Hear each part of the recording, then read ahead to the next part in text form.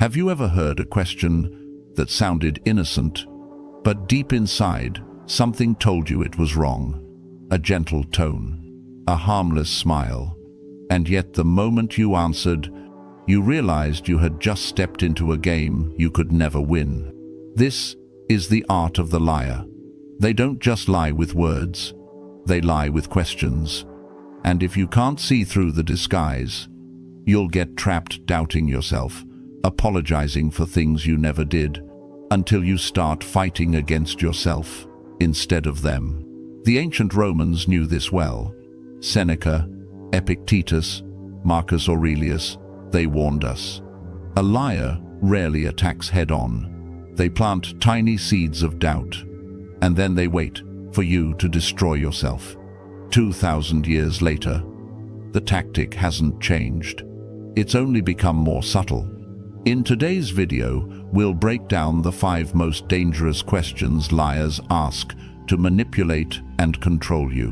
More importantly, I'll show you how the Stoics would respond calmly, clearly, unshaKBLE. And by the end, you'll have the tools to ensure you'll never be anyone's pawn again. So, stay with me until the end. And if you find value here, consider subscribing. Not for me, but for yourself, so you never miss the next lesson that could sharpen your mind and strengthen your spirit. Question 1. Why are you being so sensitive? At first, it sounds harmless, almost like concern, but don't be fooled. This is the very first bullet fired by the gaslighter, because hidden inside that question is not curiosity, it's accusation. What they're really saying is, you're weak. You're imagining things. The problem isn't me, it's you. Pause for a moment. Think back. Have you ever been in a relationship where the moment you pointed out something wrong, you were brushed aside with a laugh? Oh, you're just too sensitive. Or maybe at work, you questioned the ethics of a decision, only to hear, don't overreact. It's just business. That's not concern. That's a weapon. Because what they're trying to do is strip you of your greatest defense, your awareness. They want to take your sensitivity, which is really a radar for danger, and twist it into a weakness. Seneca once wrote, "We suffer more in imagination than in reality." Manipulators know this. They plant seeds of doubt in your imagination until you begin to question yourself, until you start believing you're the problem. But here's the truth. Sensitivity is not weakness. Sensitivity is awareness. The person who feels deeply often sees the cracks in the wall, long before anyone else notices. A financial analyst who spots small inconsistencies in the books, mocked as paranoid, but later proves a multi-million-dollar fraud. A wife who senses a subtle change in her husband's behavior, dismissed as overreacting, only to discover the betrayal months later. In both cases, sensitivity was not a curse.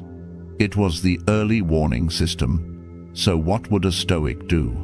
Marcus Aurelius once said, "If someone can prove me wrong and show me my mistake, I will gladly change, for it is truth that I seek, not victory." A person who truly values you will never shame your awareness. Only those hiding something fear your perception. So next time someone throws the line, "Why are you being so sensitive?" don't get angry. Don't defend. Simply look at them and calmly reply, "I'm not being sensitive. I'm being observant. Does that make you uncomfortable?" One sentence, and you'll watch as the mask begins to slip. Question 2. You trust me, right? It sounds so gentle, so innocent. But beneath the surface, this is not a question. It's a trap. Because anyone who demands trust instead of earning it has already revealed their hand. Think about it. A trustworthy person doesn't need to ask for your faith. Their actions speak louder than words. Day after day, consistency builds trust. But when someone looks you in the eye and insists, "You trust me, right?" what they're really saying is this: "Don't think Don't question, just hand me the keys to your mind. Epictetus warned us, it is impossible for a man to learn what he thinks he already knows. Liars understand this truth. They use that question to shut down your curiosity, to make you feel guilty for being cautious, to convince you that asking for proof makes you disloyal. But caution is not betrayal. Caution is wisdom. Think of the business partner who won't show you the numbers, but leans in and says, "Trust me."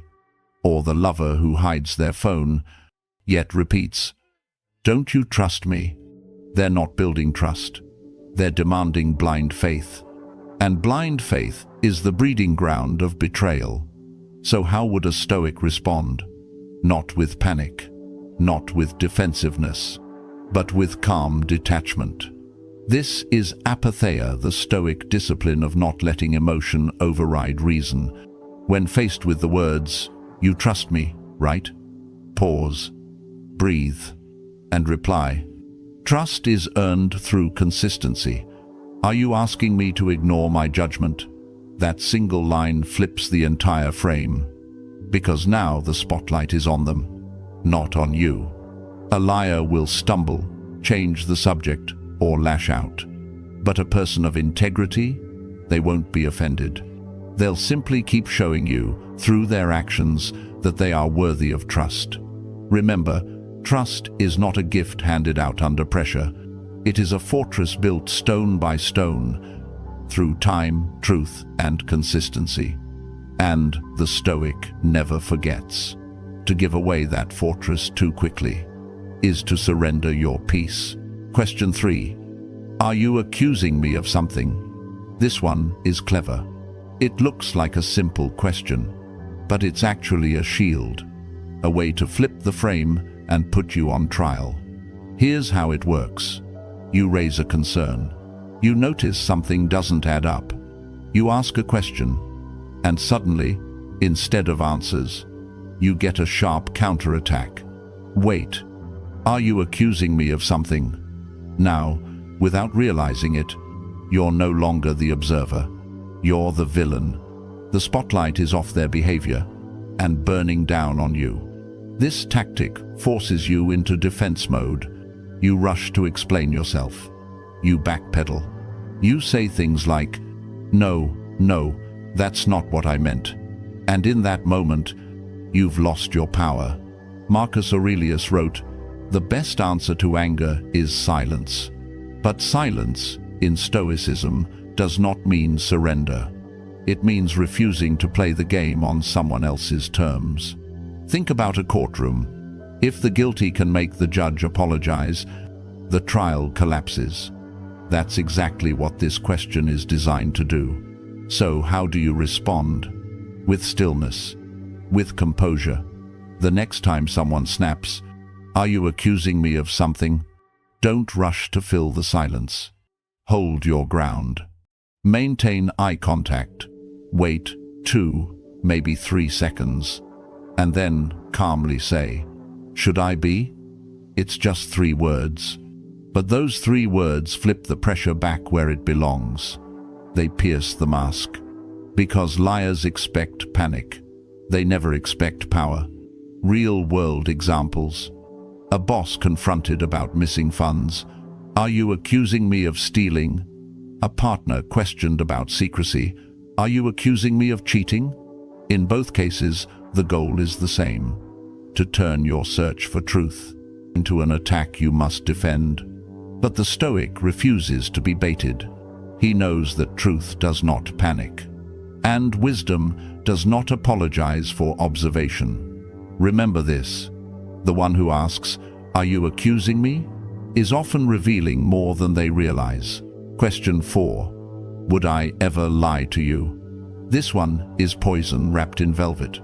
It sounds tender, almost wounded, as if you've insulted them simply by doubting. But ask yourself this: why would someone need to ask such a question unless they already sensed you were close to the truth? "Would I ever lie to you?" is not really a question. It's theater. It's a performance designed to paint them as noble, and you as cruel for even imagining otherwise. It's not about honesty, it's about guilt. Because if they can make you feel guilty for doubting, you'll stop asking, you'll silence your instincts, and you'll hand them exactly what they want: blind trust. But the Stoics remind us, truth is never offended by scrutiny. Seneca wrote, "If it is not true, do not say it. If it is not right, do not do it." A person of integrity doesn't need to convince you they're incapable of lying. They let their actions speak, day after day, without fanfare. Think about real life. The partner who hides their messages, then says, "Would I ever lie to you?" The colleague who dodges accountability, but insists, "Come on, would I really lie?" The more they plead innocence, the more you should question what lies beneath. So how would a Stoic respond? Not by taking the bait, not by scrambling to reassure. Instead, with calm clarity. The next time someone asks, "Would I ever lie to you?" Pause. Let the silence work. And then reply, "That's not the question. The question is, would I know if you did?" In that instant, you shift the power. Because liars thrive in fog. They want you blinded by doubt. But your response switches on the floodlight. And once the light is on, the shadows can no longer hide them. Remember, honest people don't fear questions. Only liars do. So, never confuse a performance of innocence with the reality of truth. Question 5. Can't we just move on? This is the last card in the liar's deck. The desperation play. When denial fails, when distraction fails, they turn to exhaustion. Can't we just move on? On the surface, it sounds like peace, like closure. But look deeper. It's not about resolution. It's about escape. What they're really saying is, "I don't want accountability. I don't want to face the truth. I just need you too tired to keep digging." And that's how many lies survive. Not because the liar outsmarts the truth, but because the truth seeker grows weary and gives up. The Stoics knew this tactic well. Marcus Aurelius wrote, "If it is not right, do not do it. If it is not true, do not say it." Notice he never added, "unless it's inconvenient." For the Stoic, truth has no expiration date. It does not fade just because someone wants to move on. Think of real life. A company caught in scandal, the leaders beg employees, "Let's not dwell on the past, let's focus on the future." A spouse exposed in betrayal, "Why keep talking about it? Let's move forward." But in both cases, the plea isn't for healing, it's for silence. It's to bury what still festers in the dark. So, how does the Stoic respond? Not with rage, not with endless argument, but with steady resolve. When someone asks, "Can't we just move on?" you breathe and calmly answer, "I'll move on when I understand what happened, not before." That single sentence anchors you in truth. It tells the liar you cannot be rushed, that your peace is built on clarity, not on fatigue. Liars hate this because they thrive on your exhaustion. But when you refuse to surrender, when you stand calmly in certainty, their game is over. Remember, moving on is not about speed. It's about honesty. And only when the truth is faced can peace truly begin. Stoic thinking to avoid manipulation.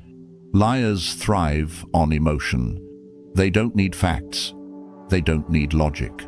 They only need you to lose your balance. They'll make you feel guilty for asking questions. They'll shame you as too sensitive when you notice the cracks. And when guilt and shame don't work, they'll exhaust you until you're too tired to keep searching for truth.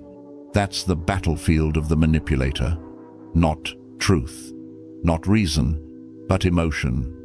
And this is exactly where Stoicism offers a shield. Epictetus taught, "Some things are in our control, others are not. This single distinction is the foundation of freedom. When you know what belongs to you and what doesn't, you cannot be enslaved by their tactics.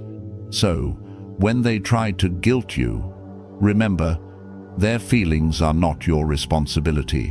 When they accuse you of being too sensitive, remember, awareness is a strength, not a weakness.